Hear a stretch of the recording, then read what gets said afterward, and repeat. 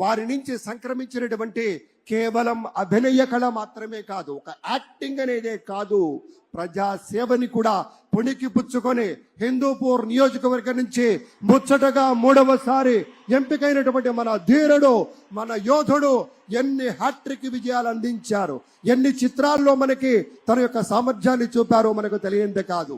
అదొక్కటే కాదు పెద్దలారా, బాలయ్య బాబు గారి గురించి చెప్పుకుంటే బసవరామతారకం ట్రస్ట్ పేరిట ఆయన అందించేటువంటి సేవలు అనుపమానం, అద్భుతం.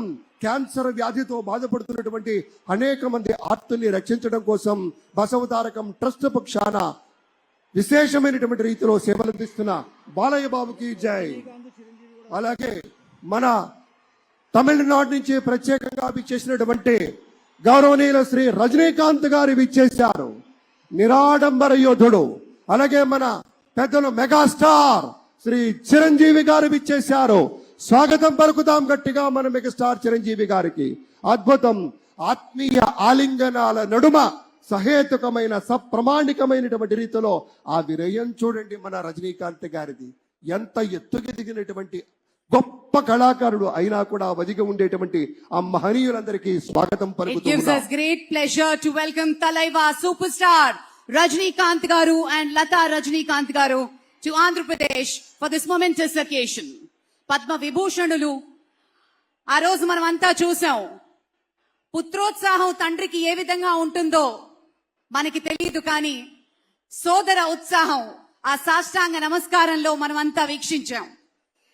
ఆప్యాయత, అనురాగం, అనుకున్నది సాధించి పవన్ కళ్యాణ్ గారు సోదరుడు మెగాస్టార్ గారికి సాష్టాంగ నమస్కారం చేసిన తరుణం మనందరి కళ్ళల్లో కూడా నీళ్లొచ్చాయి, ఆనంద బాష్పాలు వచ్చాయి. ఒక విజయాన్ని సొంతం చేసుకుని తిరిగి ఇంటికి వెళ్లి తల్లి గారికి, వదిన గారికి, అన్నగారికి చేసిన సాష్టాంగ నమస్కారాన్ని ఈ రోజు సభాముఖంగా గుర్తు చేసుకోవడం అవసరం అనిపించింది. It gives us great pleasure to welcome all the dignitaries across the world.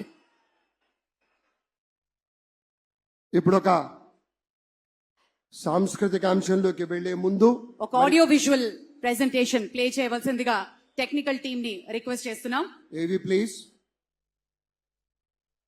ప్రజల నుదిటి రాతను మార్చిన నాయకత్వం శ్రీ నారా చంద్రబాబు నాయుడు.